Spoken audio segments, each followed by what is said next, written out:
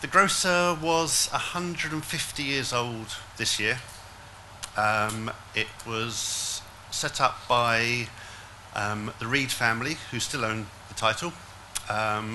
Charles Reed is our MD. He's the great-great-great-grandson of the founder. We go out to the supermarkets and their food and drink suppliers. They're our core audience.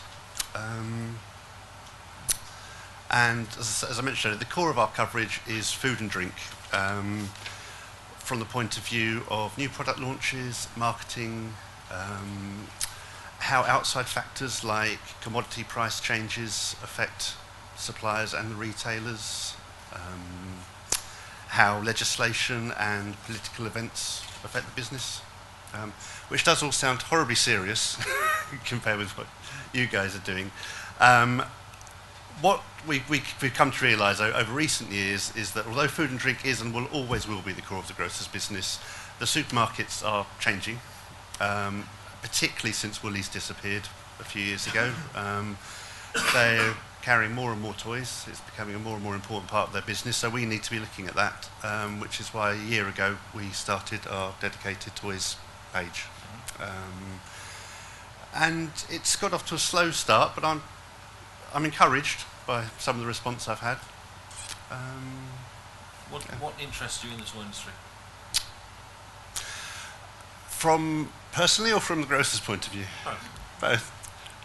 Personally, I must admit, I have been a bit of a driving force behind this because I am a geek and I'm not ashamed to admit it. And frankly, being a geek helps an awful lot in this business, I think. So personally, I love toys and I love going around events like Toys Fair. And I think that's probably shaped our coverage a bit. Professionally speaking, and so what I'm primarily interested in are stories that will be of interest to the supermarket retailers. Examples of the sort of things I'll cover. Very recently, this weekend, I ran a story about the intense promotional activity that happens in supermarkets around this time of year. The sort of activity that last year saw Sainsbury's offer pretty much every one of its toys at half price. And I was trying to understand why they did this and how their suppliers would let them get away with this, which it wasn't an easy story. I wrote a story. It's not the story I was hoping it was going to be, and I still don't think I understand why they do it or how they do it. As some of you will be aware, I came to you for comments, and it's not easy, understandably, getting suppliers to talk, even off the record, about this sort of thing. But that's the sort of thing I want to be writing about. Another example would be merchandising. I was talking to Hasbro recently and found out that they'd been merchandising Nerf Jolt, which is a small pocket money priced gun, blaster. You might have to call them guns, I think, according to Hasbro. They'd been merchandising that on clip strips in the cereal aisle because it's the one that mums go down the most. That sort of thing's interesting. That's the sort of thing I'll be interested in. That said, also your basic new product launches, that sort of thing as well. And marketing stories. Okay, so chaps here, most of their days are not spending on big issues that are going to fire the growth, so it is promoting products. Yeah. So how do they approach you with that kind of story? And what would you, where's the line? What are you interested in, what probably not interested in? Well, to be honest, at this stage, when I feel like our coverage and my knowledge is still very much in its infancy, feel free to bombard me with emails. I get hundreds every day as it is, so a few more aren't going to make a huge difference. And I may not use that many, but it'll be educational. So please do send everything in. As I said, the things that will catch my interest, if you can find an angle specific to the supermarket retailers, then that will really catch our eye. Another example might be, if your client is launching a new brand or a new range, if there's a line or a SKU that's exclusive to a particular retailer, that in itself might be of interest. I ran a story a couple of weeks ago. As part of what I started a year ago, we also now run a dedicated page on video games and entertainment. And on that, I ran a story about Tesco carrying an exclusive SKU for the new Skylanders Giants game that's just come out. So that sort of thing will get our attention. It is interesting. Most of my clients dread your phone call because of your Really? audience, just because and therefore being asked to comment on something that Right. invariably might be critical of your audience. It's a difficult thing to get into. Yeah, but the supermarkets are big boys. They can take it. Really. They can. I mean, I can totally understand why your clients might not want to go on the record, but just being able to give you that background is incredibly useful. So is it useful if we were to give you our MDs or our senior directors as a contact for background but not quotable? Is that helpful? That would absolutely be helpful. Okay. Yeah.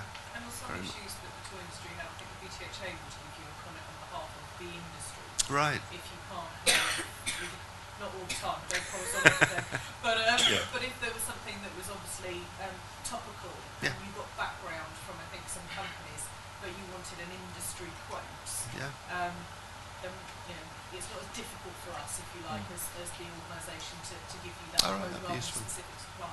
Thank you. Yeah. When someone like the Grocer, you say that the supermarkets are now virtually deciding to sell everything, so you now have to cover different markets. Yes. What's the criteria on the Grocer in order to get those pages for that sector? What kind of news or statistics would give you more space and more clout? Well, as you just mentioned there, statistics research is always a good way of coming into us. I mean, if you can, Hasbro again, actually, they're doing well. Hasbro brought a story to me about how well the Nerf brand have been selling in the supermarkets, and got a page lead back in August, September time from that. I think, if I remember rightly off the top of my head, it was growing about 30% in the supermarkets and about 6% overall. So that was a good example. So you do success stories as well as... Absolutely. Yeah, very much. Okay, so any questions for the Grocer? Would it be common for you to use consumer news stories as well, and that potentially would relate to the multiple sector? Yeah, potentially. Could you think of an example? Like internet safety, for example. If there's a product that addresses that, or something happening within a store environment. Yeah, I can't think. Why not? Certainly bring it to me. Yeah, we can certainly talk it through. I mean, just harking back to the new product thing, I'm sure the same thing applies to the specialist mags. I mean, one thing when new product launches, there's no point bringing a new product to me if it's on the shelf already. Given the nature of our readership, they know what's going on in their rivals, within days of it happening. So please bring new products to me. In an ideal world, at the same time as they're going to the retailers. I know that's not easy all the time. But yeah, we need it before it's actually out in the market.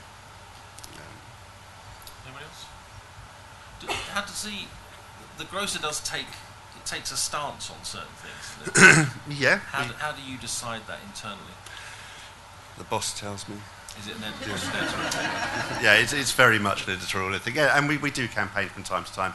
It's going to be a while before we're campaigning on toy-related issues, I think. Yeah. Maybe 150 years. But, yeah. Thanks very much. Okay.